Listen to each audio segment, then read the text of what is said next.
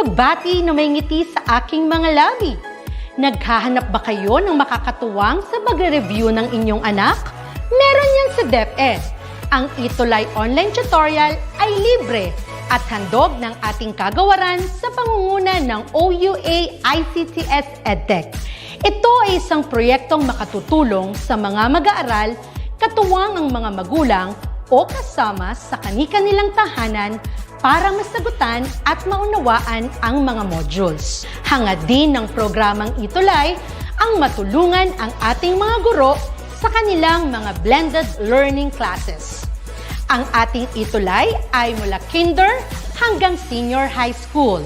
Bukod sa academics, meron din tayong mga special programs gaya ng All is Wellness, Reading and Math Remediation, Storytelling, Mommy Tech Talks, Classes sa Gramatika, Speech Class, Financial Literacy, at marami pang iba.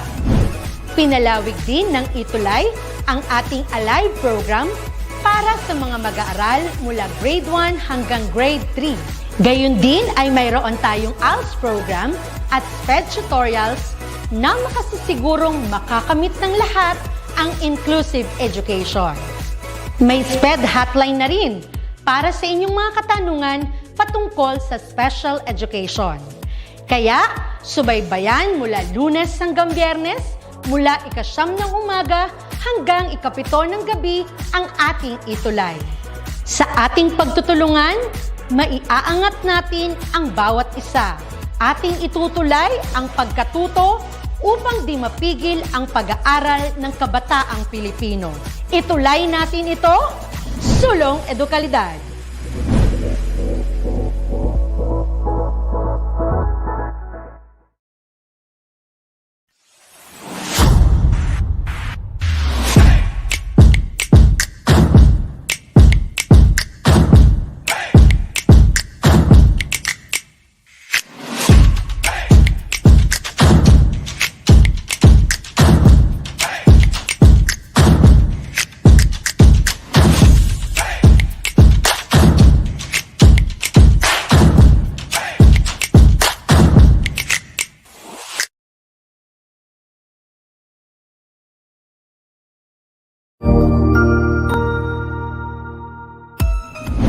Mabuhay! Good day to all! I am your tutor Madge. Welcome to ETUlay, a free online tutorial, an initiative of the Department of Education, Information and Communications Technology Service, Educational Technology Unit, ICTS EdTech. This program is aimed at helping and assisting learners from kindergarten, senior high school, ALS, Alive, and SPED learners. Aside from answering the modules, the ETUlay is offering programs which you will surely look forward to. Together with our parents and teachers, the ETUlay will bridge the gaps where difficulty and ease meet in learning new knowledge and skills. So, let us prepare our modules, pen and paper. Ready your mind to see and hear worthwhile and interesting lessons. Let us now study and learn, together with our volunteer online tutors. Tara na!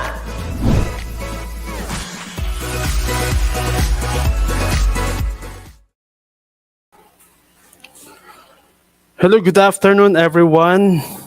It's a Tuesday afternoon, and welcome again to our DepEd ETUlay online tutorial. Of course, I am without my partner today, Sir Kit, because he is having his training in their division, but then okay lang yan kasi itutuloy natin ang ating week 8 with you as our dear learners. Okay? So bago tayo magpatuloy, of course, would like to have a quick shout out with some of the students na nakapag-tune in. Kanina pa sila nakapag log in sa ating session. Specifically, Joseph Conrad Bulaklak, who is here na sa ating link at 3:30 pa lang kanina. And we also have Micaela Sumibkay from Alibadabad National High School. By and by, titingin ako sa kanan because doon ko makikita yung inyong mga comment, lalong-lalo na yung mga answers later on during our quiz. Okay? Aside from them, we also have Alexa Nicole Villena from San Mariano National High School, Micaela Carla A. Tascuan from San Lorenzo Ruiz, and a lot more. And of course, I would like also to greet my co-teachers here at San Mariano National High School. Same with the teachers of LD2, San Mariano 1, and San Mariano 2 District. Hello po sa inyong lahat and good afternoon. Okay? So isa na namang session ang ating matatapos. Actually, matatapos na natin ngayon ang ating quarter 3 because our week 8 will be our wrap up. So, napakabilis ng panahon. We are already in our quarter 3 week 8 and that is the last week. And of course, pagdating sa week 8, from the first grading, second grading up to the third grading, namimigay ng prizes ang aking partner. Although wala siya ngayon, still, mamimigay kami ng prizes through GCash or load amounting to 100 pesos today kasi top 5 yung aming kukunin. Okay, so i-ready ang inyong mga utak at kailangan mabilis sa pag-type later on. Hindi tayo gagamit ng Kahoot because wala sa circuit, medyo mahirapan akong mag-navigate ng dalawang gadget. And so, sa comment section lang tayo. Aside from that kasi, meron tayong written quiz mamaya, construction of sentences. Kaya, kailangan nyong gamitin yung comment section. Okay? So, kaya ng sabi ko, we are already in our quarter wrap-up. And of course, ipapakilala ko sa inyo ang ating duty of the quarter. Very consistent siya pagdating sa mga outputs. Napansin nyo rin yan siguro if you are watching the Creative NonFiction sessions from week 1 to 8 at nandun siya parate sa mga challenges of the week and duties of the week. And syempre, we are encouraging everybody to be a part of the challenges para ma-experience nyo naman ang ma-experience ni Neslin ngayong araw, who will be speaking for 2 minutes. We are giving her 2 minutes to speak, and she is from San Mariano National High School, our school, SDO Isabela.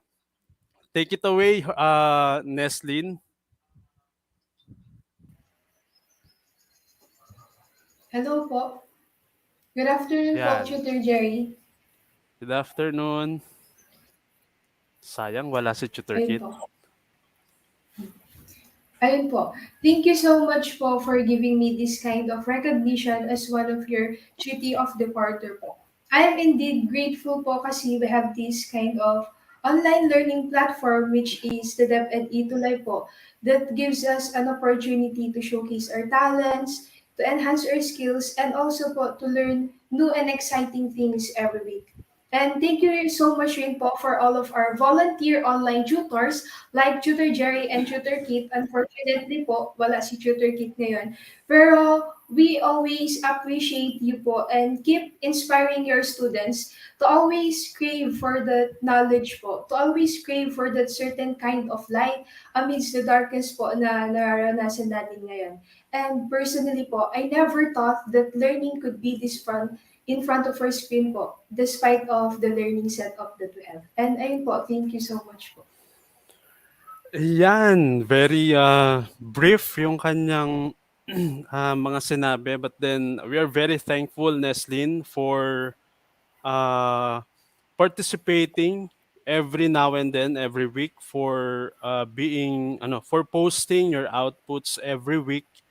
And sana na-inspire namin kayo pagdating sa mga challenges that we are giving every week. And we hope that we continue still to have your outputs. At the same time, yung mga bagong tutis natin who are coming from other division, just like sa Cristo Rey sa Pampanga. We're expecting some of other outputs from you during the fourth quarter. And of course, thank you so much, Neslin. Thank you so much po. Ayan, so nakilala niyo si Nestle, no? Despite hindi niya ata inopen yung kanyang cam, but then nakikita niyo naman yung picture, kung gaano kaganda yung picture sa screen, mas maganda pa sa personal si Nestle. Ayan. Okay, so we are ready for our quarter wrap-up. Ito yung kanyang mechanics. So we'll be getting the top 5 for this session. It will be posted next session. Ang ating fourth quarter will start on April 18 pagkatapos ng Holy Week.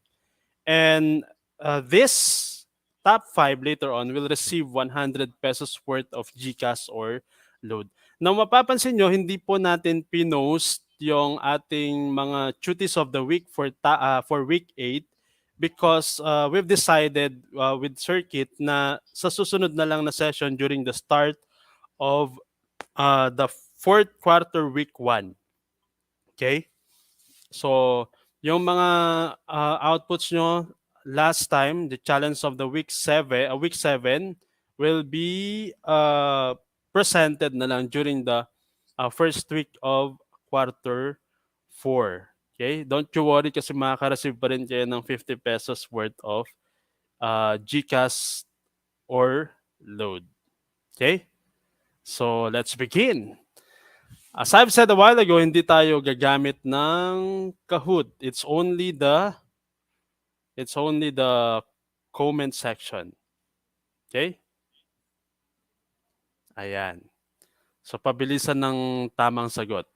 Let's start with the week 1, quarter 3, week 1, and gaya ng nakikita nyo last time, it's about fiction versus non-fiction. Ayan. Hello kay Jana May Resyo and Ma'am Zenmar also is with us. Ayan. Susunod kasi si Ma'am Zenmar. Ayan, si Ma'am Zen. Now, for the instruction, you're going to comment a smiley if the details pertain to nonfiction and a heart if it is a fiction. Okay?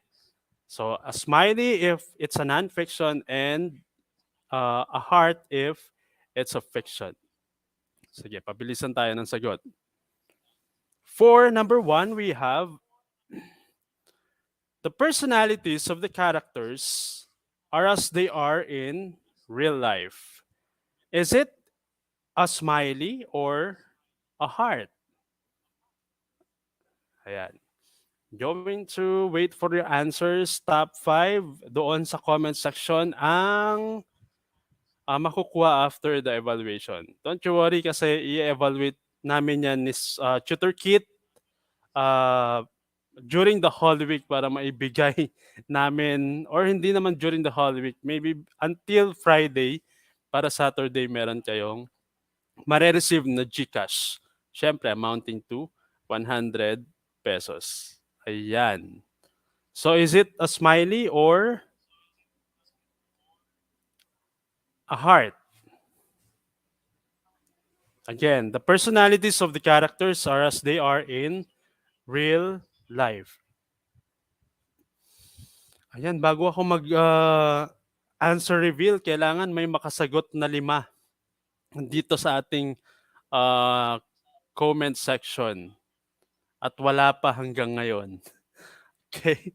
Hello din sa aming SDS, dito po sa SDO Isabela, Ma'am Madeline L. Makaling, At the same time, our ASDS, Sir Dante Marcelo and Ma'am Edna Abuan. Hello po sa inyong lahat. Diyan po sa SDO Isabela.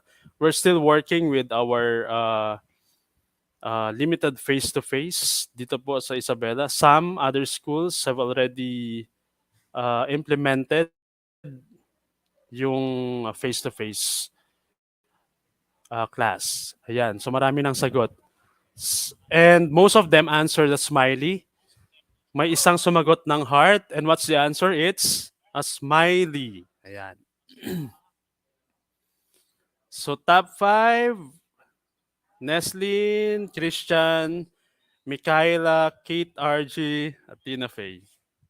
Number 2, mamaya i-evaluate ko. Dialogue is verbatim or recreated to the best of the author's ability. Is it a smiley, a non-fiction, or a heart fiction? Kailangan lagyan nyo ng number para hindi ako malito later on kasi maghahalo-halo because yung StreamYard natin medyo 10 seconds ang kanyang difference dito sa ating live. Sa inyong mga phones. Okay. So dialogue is a verbatim or recreated to the best of the author's ability. Is it a heart or a smiley? Put a number para ma-recognize ko yung inyong sagot. Okay, so we already have an answer from Romnick. It's smiley, Rogen, a heart. Ayan, antay pa tayo konti ng top 5 bago tayo mag-answer reveal.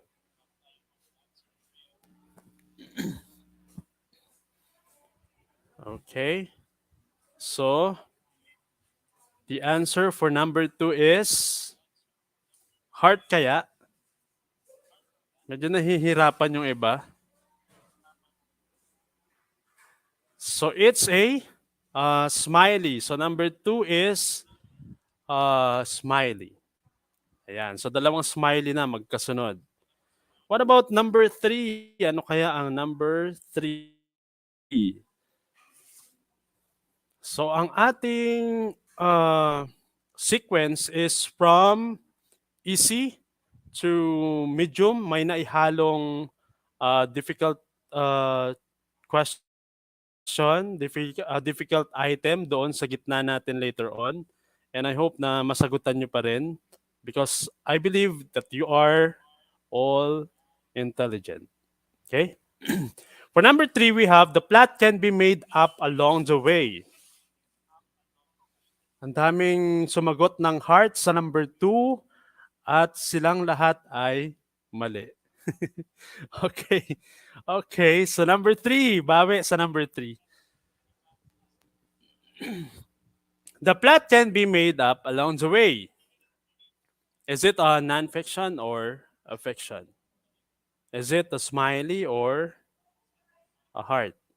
Ayan. This was actually discussed by me and Sir Kit. I and Sir Kit last during the week 1 of our quarter 3. Hindi nyo na siguro ma-remember, but then if you're an avid reader, ma-remember nyo despite the, okay? Already have answers from, siguro nag-isip kayo, ano, kung imposible namang puro, ano to, puro smiley ang sagot. And answer reveal, it's actually a heart. Okay? So the plot can be made up along the way. It's a fiction.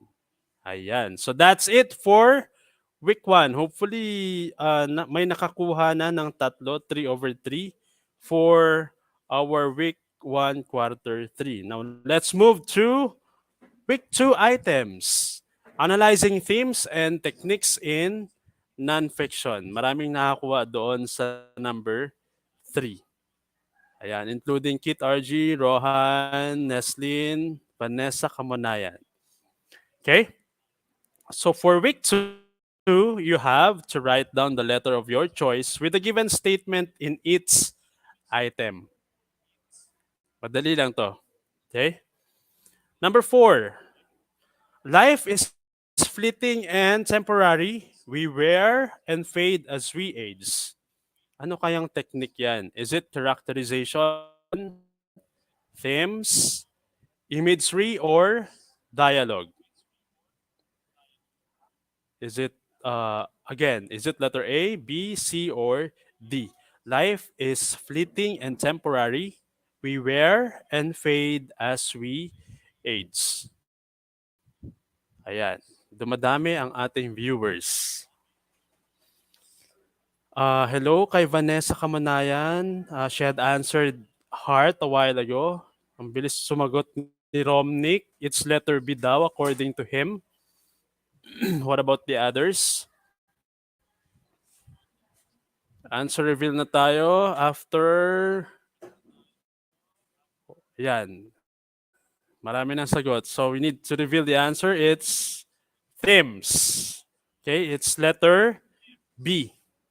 Ayan, maraming naligaw na letter C. But then actually the answer is B. Ang nakatama doon ay tatlo. We have Neslin. Who else? Si Neslin ba? Yeah, themes. We move to number 5. Medyo marami pa tayong item. The narrator was innocent in the beginning. Is it characterization, themes, imagery, or dialogue? Ayan, comment down your answers in our inbox, our comment section.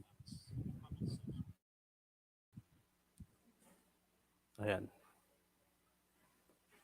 So number 5, the narrator was innocent in the beginning. Is that a characterization, a sample of characterization, themes, imagery, or dialogue? Answer reveal tayo para mabilis. It's already 4:21. The answer here is characterization. It's letter A. So actually, maraming nakakuha. Because of the clue, the word narrator. Sige, so i-evaluate natin later on kung sino yung mga top 5. For number 6, easy. An easy item because of the clue. Meron kayong actually clue dyan. This is why I eat last. This is a dialogue spoken through his own masterpiece, Sir Kit Nadado. Ayan. Sa kanya galing yung word na yan. Yung statement na yan. So is it characterization, themes, imagery, or dialogue? Parang sinabi ko yung sagot. Okay. So most of you answered D. Some answered A. Let's reveal the answer. Ano kaya ang sagot dyan? Basically, it's letter D. So, ang sagot dyan ay letter D. Ayan. So, tapos na tayo doon sa easy question. I hope na may nakakuha sa inyo ng 6 or 5, pinakamataas. It's either 6 or 5. And you still have the chance, of course, to be one of the top 5 in during the evaluation later on. Okay, mag-alala, hindi ko paabutin yon ng Friday. Bukas na bukas ay magsasend kami ni Tutor Kit ng inyong mga prizes for the top 5. Same, of course, with Neslin, who was awarded as the Tutor of the Quarter. We'll be talking with Tutor Kit kung magkano yung ibibigay namin kay Neslin later on. Ayan. So, let's move on to week 3. Creating samples of different literary elements. Ano kayang challenge dito? Multiple choice pa rin kaya? Or identification na? So, our instruction, you're going to use descriptive imagery, concrete and specific details in writing your descriptions on the following challenges. Actually, isang challenge lang yan eh. on the following on this specific challenge.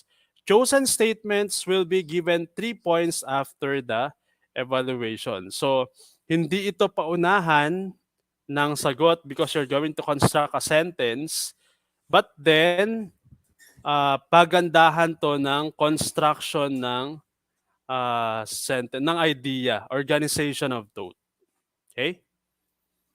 Ang gagawin, the challenge is, for week 3, in 3 to 4 sentences, you're going to describe the weather in your respective places today. So yan ang inyong gagawin. In 3 to 4 sentences, you're going to describe the weather in your respective places today. Lagyan nyo ng spices para maganda sa pandinig as well as kaaya-aya siyang basahin.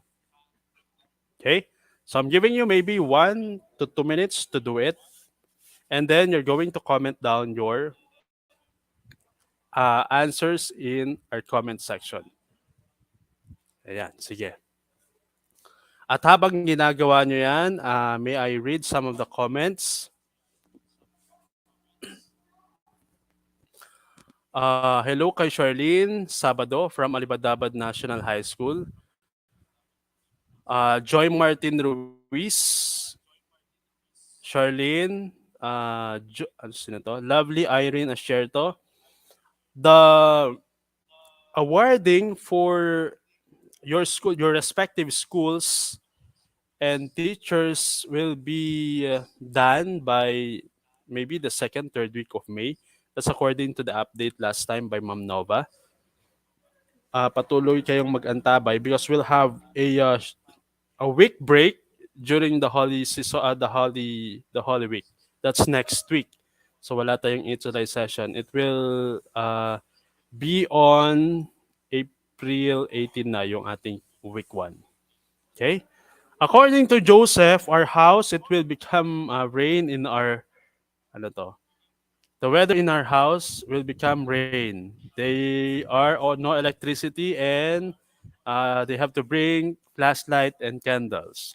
Very good, Joseph. So, unang-una sa listahan si Joseph, and I hope some of you are still organizing their thoughts regarding the weather. Dito kasi sa amin, it's cloudy. Somewhat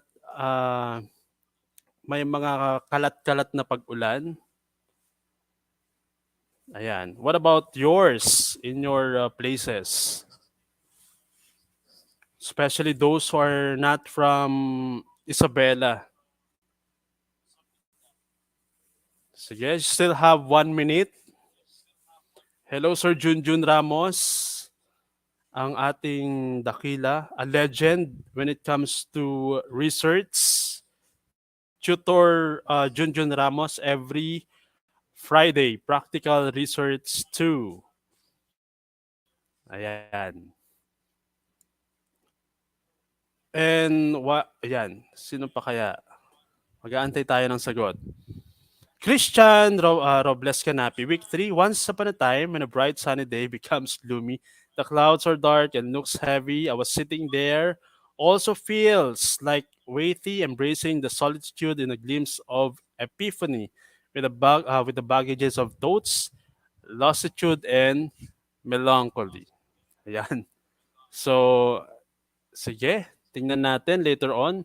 During the evaluation, maganda yung kanyang organization of thoughts as well as the choice of words sa kanyang statement. Ayan. Michaela also answered, the wind was so cold, the leaves of trees are swinging, and the branches of trees are dancing. I feel so good because the fresh air is refreshing my mind and soul. Wow. So at least may mga magagandang sagot tayo today. Still have 30 seconds. We only have top 3 pa lang doon sa ating week 3 challenge. Kailangan niyong magmadali. Alam ko you're good in uh, your descriptions, pero kailangan din nating mag-isip. Siyempre, ang hirap kayong gumawa ng feature write-up na 3 to 4 sentences. Ayan. Sige, 20 seconds. Hello sa aking butihing principal dito po sa San Mariano National High School, Ma'am Glenda Aipira. Sino pa ang may sagot? Neslin answered, the sun seems abandoned its spot. Totoo yun. On the area that I usually see its radiance, the skies are painted with gray palette, while the cold wind ran through the surface of my skin like a damp cotton in a cup of water. Wow, very good. Ayan. So I think meron na tayong top 5. We also have Nathan Vinasoy. The weather for today was a cloudy and puffy, summer lights and dark. When you look really closely, it's starting getting heavy. Tapos may mga clouds. Very good. Ayan.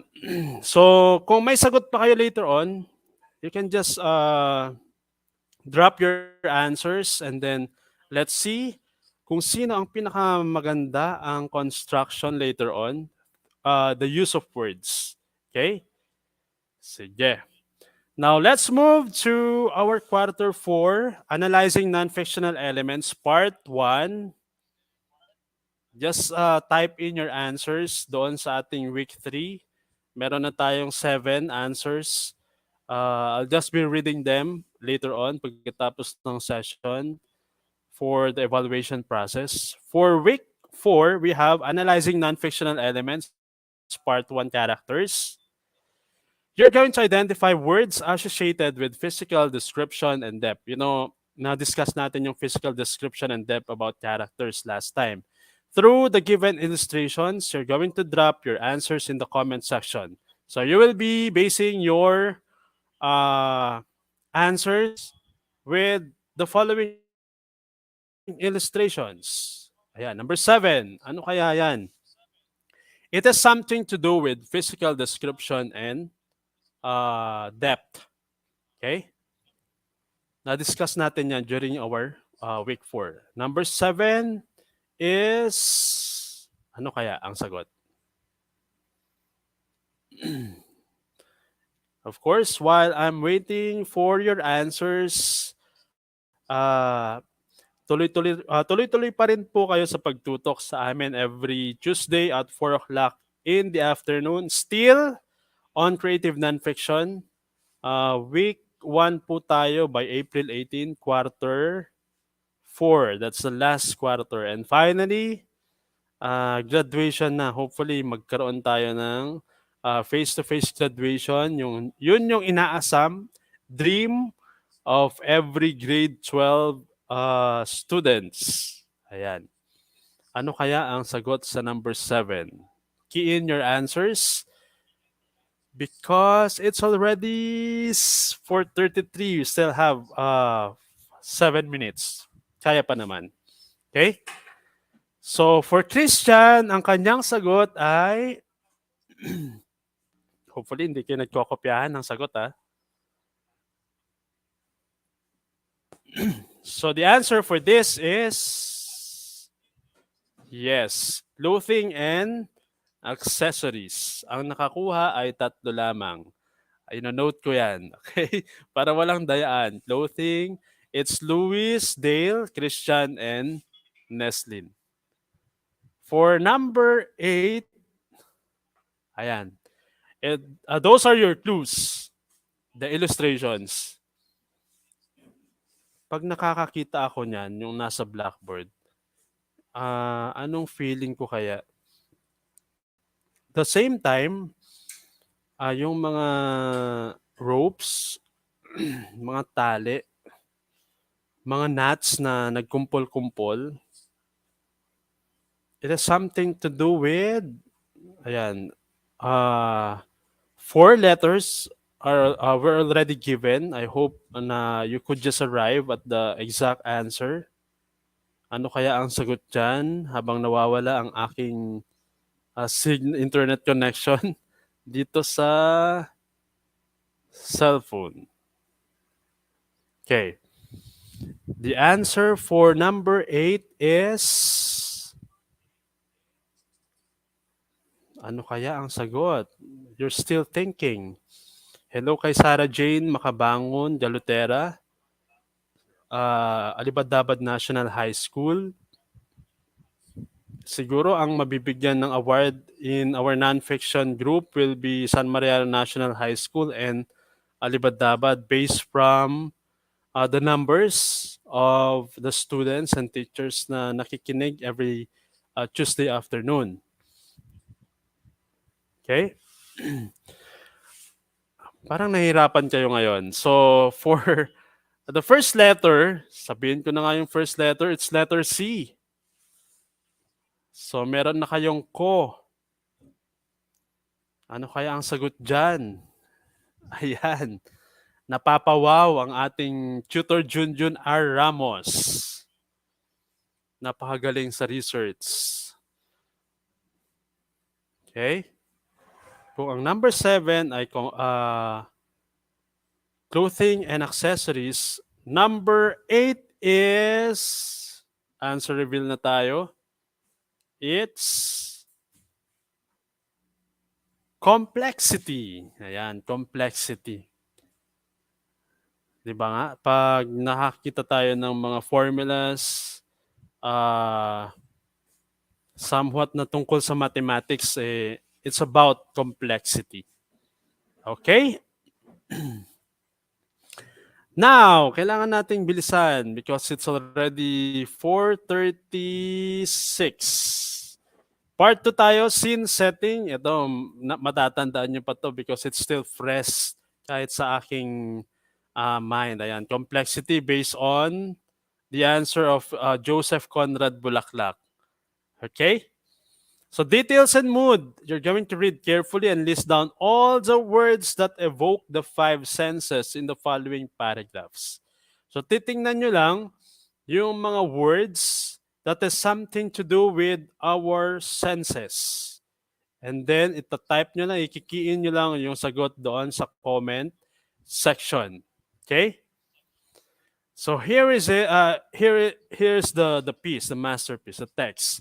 I stood shielding my eyes as the cool, salty water washed the grainy sand of my feet.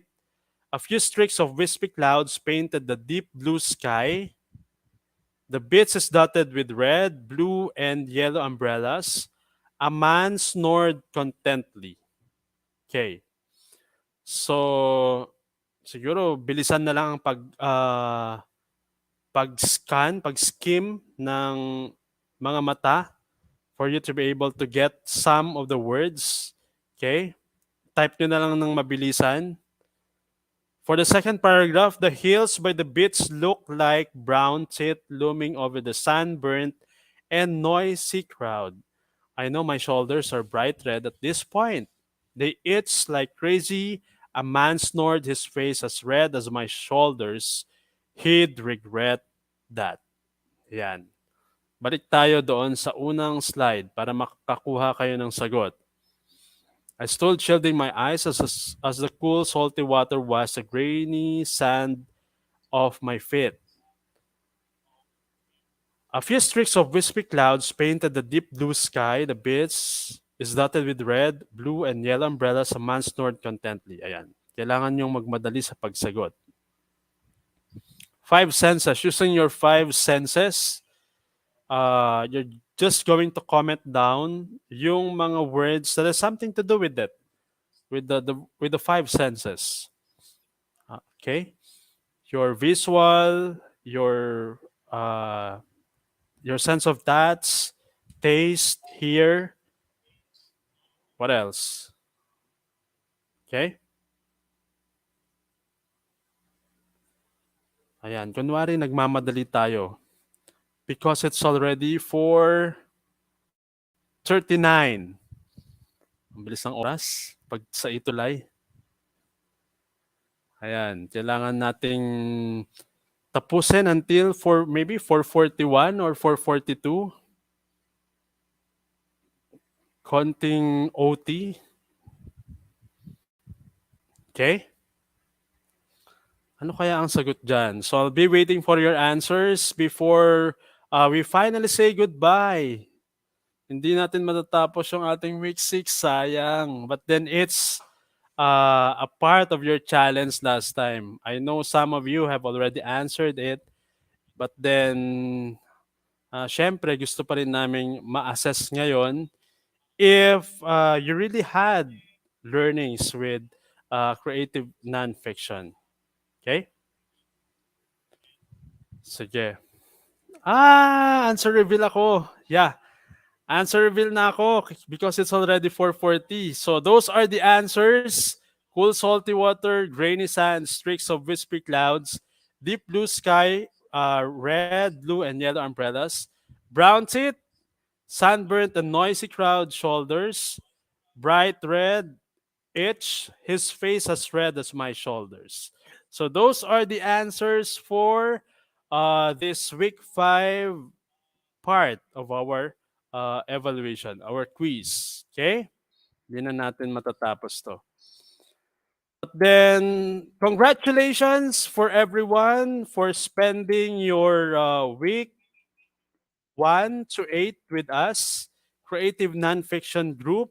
And we hope na by the start of the quarter 4 ay mas dumami pa kayo for us to have great interaction during the start of the week 1 quarter 4. Congratulations sa ating lahat. And before I leave, of course, I would like you to have this. A winner is a dreamer who never gives up. Kasi pag mag-give up nga tayo, hindi tayo mananalo at any means. We need to pursue whatever our dreams are. Kasi ang sabi nila, we have to be obsessed of what we want to possess. Obsession is equal to possession. Thank you very much for tuning in with me today, and I hope na andito na si Tutor Kit by the start of the quarter 1. Thank you so much and goodbye.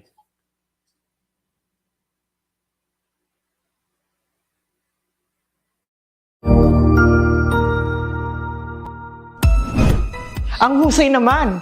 Natapos mo ang iyong tutorial session kasama ang iyong mahusay na ETUlay tutor. May bago ka bang natutuhan? I-share na yan gamit ang hashtag #ETUlayLevelUp. Huwag aalis ha, dahil may susunod pang programa na pwede mo ring panoorin at salihan. Dahil naghihintay na ang iyong mga tutors.